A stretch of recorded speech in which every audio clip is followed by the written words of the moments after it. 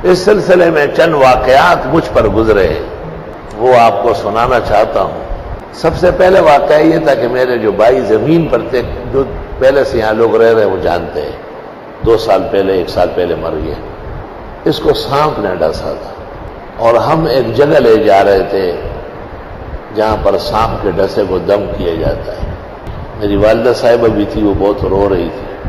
بس کو رکوایا ایک مسافر نے اور نیچے اترا ایک آدمی، اور اس نے میری والدہ کو کہا کہ اماں آپ مجھے 3 دفعہ کہے کہ اس کو دم کریں، اور پھر اس نے دم کرنا شروع کر دیا۔ اور میرے بھائی کو کہا سیدھا واپس گھر جاؤ، سکورتا نہیں ایس مار مار نیچے ختم دیا۔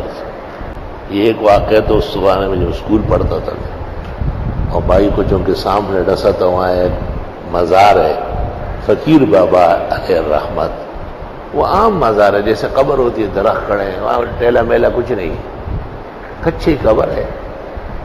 ان کے جو بزرگ ہیں آس پاس وہ دم کرتے ہیں، اور اس سے آرام ہے۔ اس نے کہا پریدئی فقیر بابا نور فقیران نہ کھولے زئی کرتا۔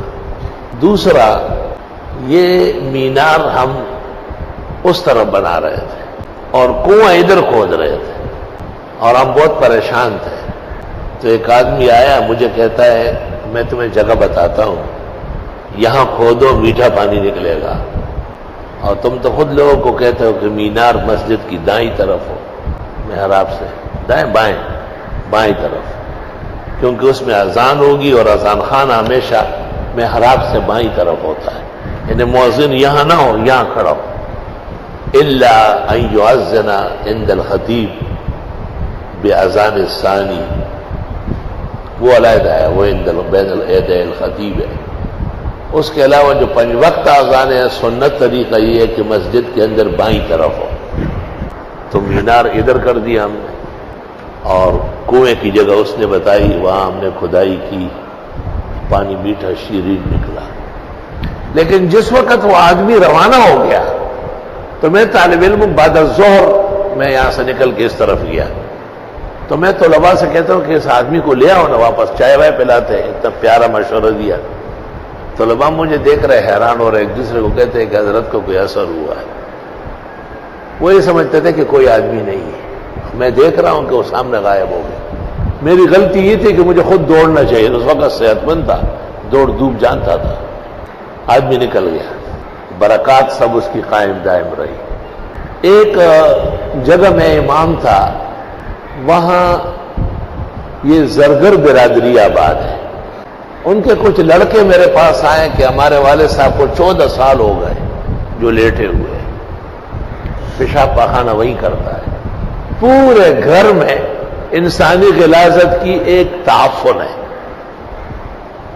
اور میری والدہ تقریباً دیوانی ہو گئی خدمت کر کے، اور ڈاکٹروں کا کہنا یہ ہے کہ یہ بچے گا نہیں، اور اسی طرح 50 سال بھی رہ سکتا ہے لنگڑا شل ہو کر۔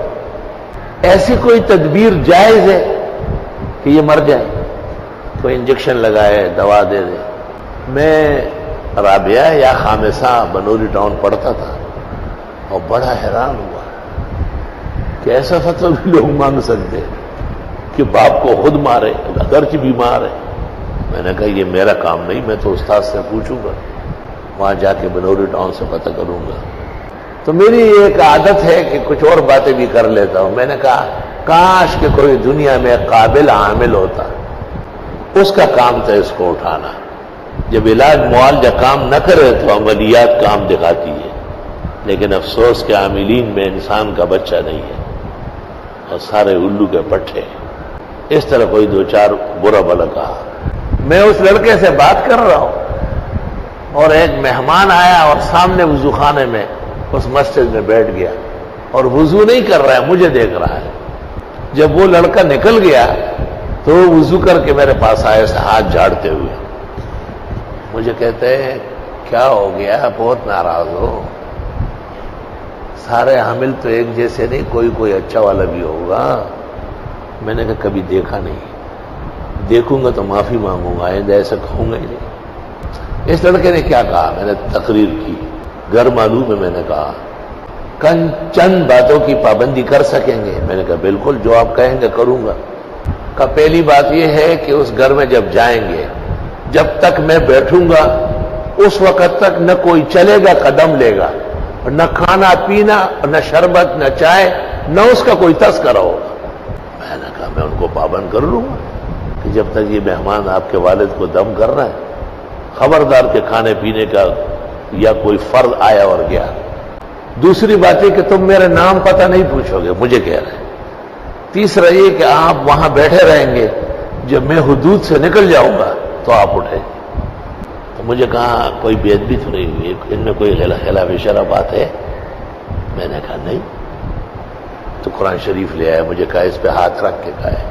جب قرآن شریف لے آیا نا تو میں نے پیشانی پیٹی، میں نے کہا سکھ صاحب اقتدار بلا دیکھو پورا طاقت ہے وہ سر دیکھو کوئی نہیں رہا ٹول کار دے اس کا ہی اور زی اتڑ لگ بالکل اس قرآن پہ ہاتھ رکھے۔ میں نے ہاتھ رکھا، کائے کے لیے ہاتھ رکھا ہے؟ میں نے کہا جب تک آپ وہاں تشریف فرما ہوں گے تو نہ کوئی کھانا پینا آئے گا، نہ کوئی چائے شربت کا پوچھے گا، نہ کوئی فرد بشر آئے گا، کوئی قدم نہیں لے گا۔ دوسرا یہ کہ میں آپ کے نام پتہ نہیں پوچھوں گا، اور تیسرا یہ کہ جب تک آپ غائب نہ ہوئے ہو میں اٹھوں گا نہیں وہاں۔ پھر مجھ سے پوچھتے بے ادبی تو نہیں، آپ خفا تو نہیں ہوئے؟ یہ تو آپ کو عجائب دکھانے کے لیے ہو رہا ہے۔ مجھے کہ چلے، قریب جگہ تھی، 5-10 منٹ میں ہم وہاں پہنچ گئے، اس کے بیٹوں کو بلایا باہر۔ میں نے کہا اور کون کون ہے گھر میں؟ کہا امی ہے۔ میں نے کہا سب بات سنو میری، یہ ساری باتیں ان کو ایک ایک کر کے بتائی اور ہم اندر داخل ہو گئے۔ جب اندر داخل ہوئے تو وہ ایسے پنجوں پہ ہو گیا اور اس کو کہتے ہیں یہ کونا توڑو، یہ کونا توڑو۔ ہر کونے سے کمبل نکلتا ہے، اس میں سڑا ہوا گندا گوشت، کہا پھینکو باہر۔ اور جب میں نہیں دیکھتا ہوں تو میری طرف دیکھتا ہے ایسا، اور وہ شل جو پڑا ہوا تھا اس کو کہتے ہیں اٹھو اٹھو۔ 14 سال سے پڑا ہوا تھا، وہ اٹھا، کہا دیوار پکڑو، دیوار کے ساتھ ساتھ چلو۔ اٹھ گیا۔ جب دیوار ختم ہو گیا کہ خود چلو، روانہ ہو گیا۔ اس کے بیٹے کو کہا تولیہ صابن جوڑا لے جاؤ، کپڑا مسجد میں نہلا کے اور 2 رکعت پڑھوا کے حضرت کی مسجد میں وہ یہاں لے آؤ۔ وہ چلا گیا، میں بیٹھا ہوا ہوں، یہ بھی بیٹھا ہے۔ 15-20 منٹ میں واپس آ گئے۔ مجھے کہتے ہیں کوئی طاقتور خیر کا عامل نظر آیا؟ میں نے کہا بالکل۔ میں رونے لگا۔ میں نے کہا آپ نے بہت زیادہ احسان کیا لیکن مجھے بالکل باندھ دیا۔ ایس جیسے بہت غلام آپ کے پیروں میں ہوں گے، یہ ایک تھوڑا ہی ہے، دیکھیں ذرا آپ دم میں نبھا دینا، وہ یہ ایک تھوڑا ہی ہے، ایسے خدا کے بہت بندے ہوتے ہیں۔ یہ آپ کو دکھانا چاہتا تھا میں۔